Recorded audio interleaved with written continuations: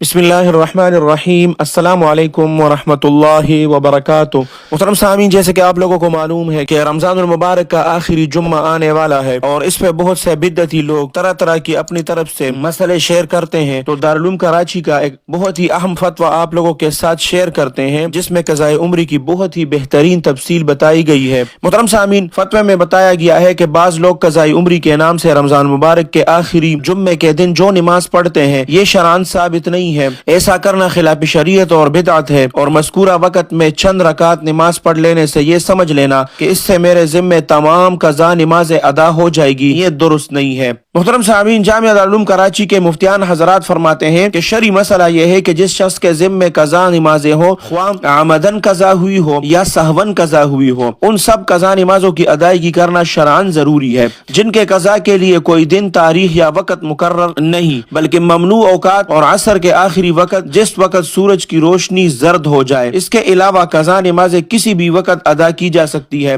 بلکہ روزانہ ہر نماز کے ساتھ وقت نماز کے علاوہ ایک ایک قضا نماز کی ادائیگی کی جا سکتی ہے، البتہ لوگوں کے سامنے اس طرح ظاہر کر کے نہ پڑھی جائے کہ ان کو معلوم ہو کہ یہ اپنی قضا نمازیں پڑھ رہا ہے۔ محترم سامعین، اس بدعت سے خود بھی بچے اور لوگوں کو بھی بچائے، اور اس ویڈیو کو دوسرے مسلمان بھائیوں کے ساتھ زیادہ سے زیادہ شیئر کرے، کیونکہ یہ جامعہ دارالعلوم کراچی کا بہت ہی مستند فتویٰ ہے جو میں نے آپ لوگوں کے ساتھ شیئر کیا۔ اللہ سبحانہ و تعالی آپ سب کو اپنے حفظ اور امان میں رکھے، اپنے خصوصی دعاؤں میں یاد رکھے۔ السلام علیکم ورحمۃ اللہ وبرکاتہ۔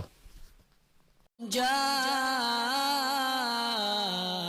الحق وزهق الباطل إن